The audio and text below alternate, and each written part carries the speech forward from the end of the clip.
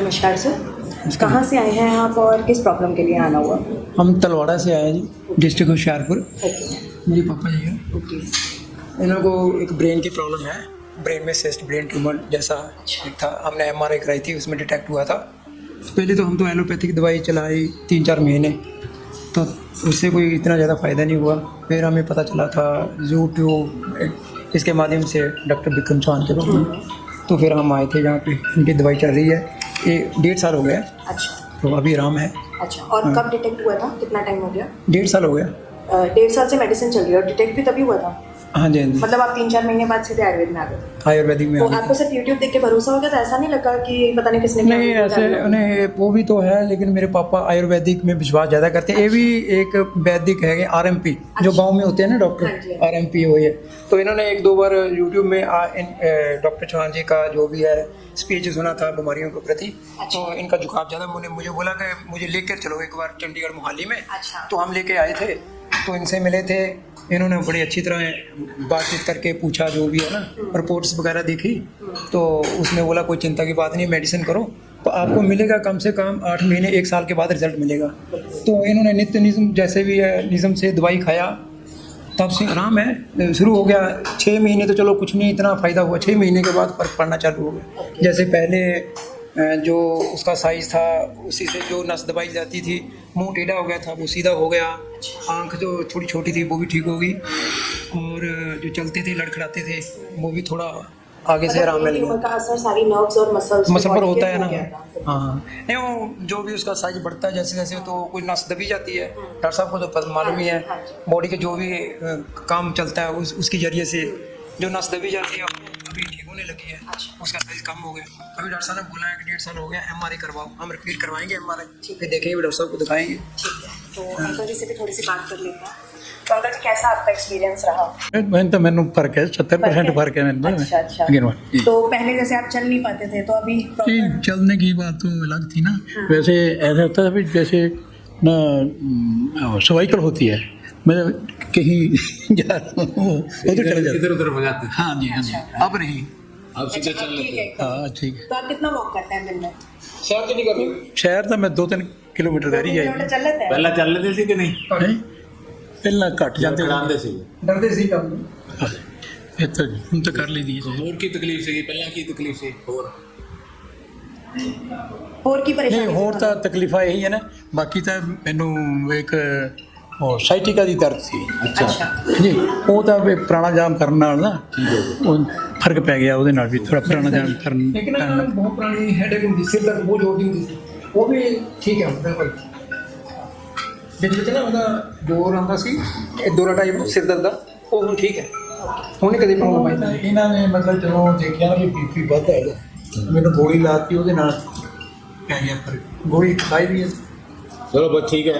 Sir, आपका experience जानना चाहेंगे कि ब्रेन ट्यूमर जैसी चीज़ जो ऑब्वियसली मेडिकल साइंस में कहा जाता है कि ठीक होने वाली चीज़ नहीं है, पेशेंट को सीधे डरा दिया जाता है, और वो भी 80+ की एज में। तो आपने ऐसी क्या मेडिसिन, क्या हर्ब्स, क्या ऐसा आपने सीक्रेट फार्मूला अपनाया कि सर ठीक हो गए? देखो, इनको सिस्टिक मेनिंजियोमा करके डायग्नोसिस था जब ये मेरे पास आए थे, लगभग 2 साल पहले, डेढ़ साल पहले, 1.5 साल पहले आए थे। सिस्टिक मेनिंजियोमा था, जो मूवमेंट थी वो एक्यूरेट नहीं थी, चलने फिरने में वीकनेस थी, हाँ जी। चलने फिरने में, और कान में इनके टेनाइटस था बहुत ज़्यादा सीवियर, आवाज़ आती थी खूब कान में, है ना, तो कान से आवाज़ आती थी, वो अब बिल्कुल ठीक है। वो जो प्रेशर के सिम्टम होते हैं कान, जो मेनिंजियोमा था वो सिस्ट टाइप होता है, बॉल टाइप, हाँ। वो दूसरी नसों पे प्रेशर डालता है क्योंकि उसका साइज बढ़ता जाता है। स्पेस ले रहा हूँ। तो उसके सिम्टम ये आ रहे थे कि कानों में आवाज़ आ रही थी, बैलेंस ठीक नहीं था, वीकनेस थी बॉडी में, चला नहीं जा रहा था, और डिजीनेस थी, इस तरह के सिम्टम थे। और मुंह भी थोड़ा सा टेढ़ा हो रहा था, हो गया था, तो मुंह भी फेशियल नर्व कंप्रेशन की वजह से मुंह भी टेढ़ा हो गया था। तो अब वो सारे सिम्टम चले गए हैं। तो सिस्टिक मेनिंजियोमा का भी इनका एमआरआई दोबारा रिपीट कराना है। तो ओवरऑल इनकी एज 82 थी, 84 है, ओवरऑल बेटर है। वो अंकल की स्माइल भी बता रही है कि ही इज गुड नाउ। इनको जो दवाइयाँ जो है, मैंने कोई स्पेशल दवाइयाँ नहीं, जो आयुर्वेद में सब वैद्यों को पता ही है, हाँ जी। वो मैं जनरल सी दवाइयाँ तो करक्यूमिन में देता हूँ। क्रैप करक्यूमिन करके हमारा है, हल्दी से बनता है। तो क्रैप करक्यूमिन जो है ना, वो श्रिंक करता है सारी, कोई ग्रंथि हो ना, कोई भी, चाहे सिस्ट हो, चाहे ग्रंथि हो, चाहे ट्यूमर हो, उसको श्रिंक करने में मदद करता है। तो मैं नहीं कहता कि कई लोग ऐसा वीडियो देख के कीमोथेरेपी छोड़ दें या ऐसा करना छोड़ दें, मैं इंटरफेयर नहीं करता। जो आप करा रहे हो, जो चल रहा है आपका ट्रीटमेंट वो चलने दो, परंतु जो कर्क्यूमिन है उसके ऊपर काफ़ी रिसर्च हो चुकी है आयुर्वेद में। और मैंने इनको दिया था अपना जनरल, जो अश्वगंधा रेस्ट हो गया, बला रेस्ट हो गया, जनरल आयुर्वेद की दवाइयाँ हैं। अति रसादी चूर्ण है हमारा एक ताकत के लिए, है ना। कचनार गुग्गल हो गया, जो कचनार गुग्गल पहले देती थी, है ना, दोबारा दे देंगे आज इसमें बंद कर देती। तो ये सब दवाइयाँ जो हैं आयुर्वेद की, ये यहाँ पे इनके बहुत बड़ा निशान भी था। हाँ, बहुत बड़ा था वो।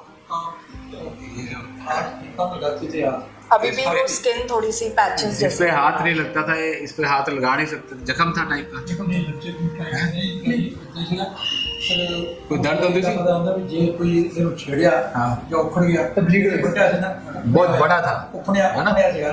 ऐसे ऊपर को था, ऊपर खापड़ था, बड़ा था, और ऐसे लगता था कि अभी इसको छेड़ेंगे तो ब्लीडिंग हो जाएगी, ऐसा लगता था ना।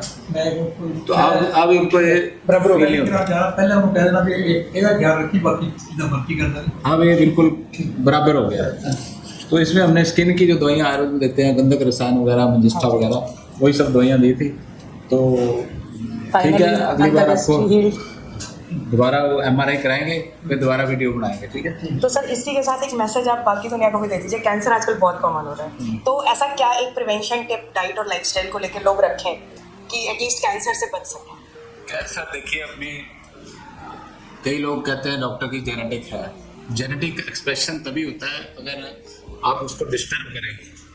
काफ़ी रिसर्च हो चुकी है कि जीन्स जो है, कई बार ज़रूरी नहीं है कि अगर माँ को कैंसर है तो बच्चे को होगा ही होगा, ऐसा कोई 100% श्योर नहीं है। पर जीन कई बार जो आपके अंदर बैठे होते हैं वो तभी बाहर निकलते हैं। कैंसर तभी होता है जब आप अपनी लाइफस्टाइल को डिस्टर्ब करो। लाइफस्टाइल में आपका सोना जागना, आपका खाना क्या खाते हो आप क्या सोचते हो, क्या बोलते हो, कितना स्ट्रेस लेवल है, इन सब के ऊपर जीन एक्सप्रेशन डिपेंड करता है।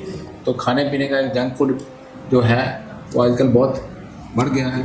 इन्होंने तो खैर जंक फूड नहीं खाया होगा, परंतु जंक फूड खाना या अल्कोहल ज़्यादा प्रयोग करना लिवर कैंसर हो जाता है उससे, या एसिडिक फूड ज़्यादा खाना, फ्राइड फूड ज़्यादा खाना, जो भी है बैलेंस में घर का सिंपल खाना खाए, कोई प्रॉब्लम नहीं है। ठीक है, thank you so much sir.